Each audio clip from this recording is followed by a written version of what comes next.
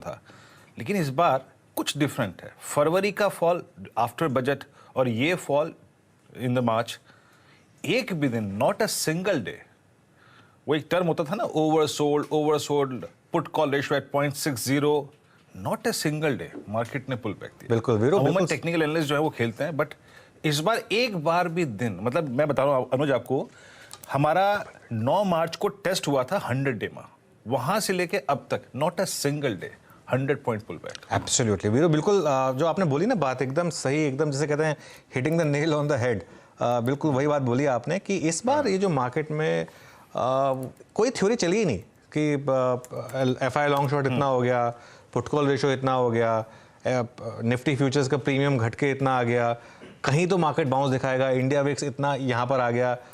कुछ मार्केट में ये अप्रोच चल ही नहीं रही इस समय, ये तो बहुत क्लियर है।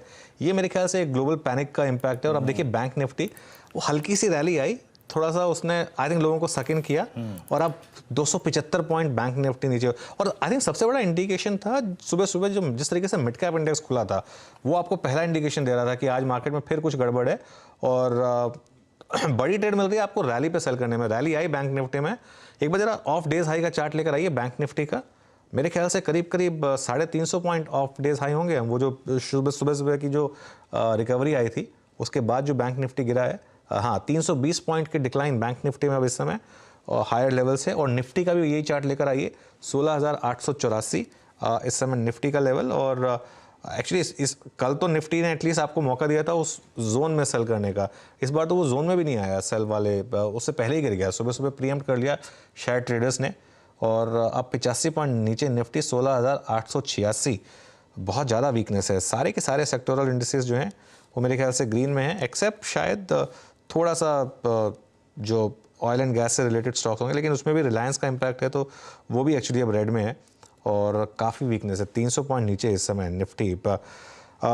शुभम, कोई निफ्टी को लेकर अप्रोच बन रही है इस समय? आज तो वीकली एक्सपायरी है तो मेरे ख्याल से आज का ऑप्शन तो शायद ना अच्छा रहे, लेकिन अगले वीक का ऑप्शन या कोई और ऑप्शन के थ्रू ट्रेड बनती है निफ्टी में? अनुज जी, ओवरऑल अगर निफ्टी में हम देखें तो ये जिस तरह से आपने भी और वीरेंद्र जी भी डेटा बताया, मुझे लगता है कि कंटिन्यूअस एक डिक्लाइन तो बना हुआ ही है और ये डिक्लाइन एक्सटेंड ही होता हुआ दिख रहा है। तो मुझे लगता है कि अगर यहाँ पे कोई ट्रेड बनाना है तो वो पुट ऑप्शन के थ्रू ही होना चाहिए। तो हम instead of weekly monthly put option, जो मंथली एक्सपायरी का जो पुट ऑप्शन है, वहां पे भी हम ट्रेड बना सकते हैं, बिकॉज 3-4 दिन के लिए होल्ड करने की सलाह होगी।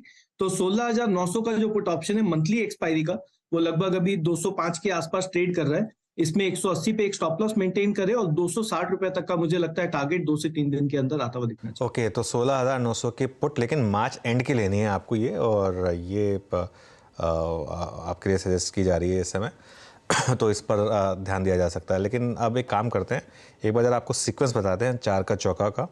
और सबसे पहले सस्ता ऑप्शन हम लेंगे शुभम के थ्रू, उसके बाद एफएनओ सुपरस्टार अमित सेठ एक निकाल के रखेंगे हमारे लिए बढ़िया सी ट्रेड।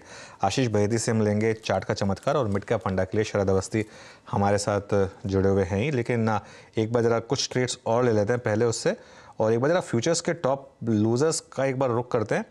तो संवर्धन में अब इस समय शायद ही टेम्प्रेरी फ्रीज है मेरे ख्याल से 69-15, हाँ ये टेम्प्रेरी फ्रीज है।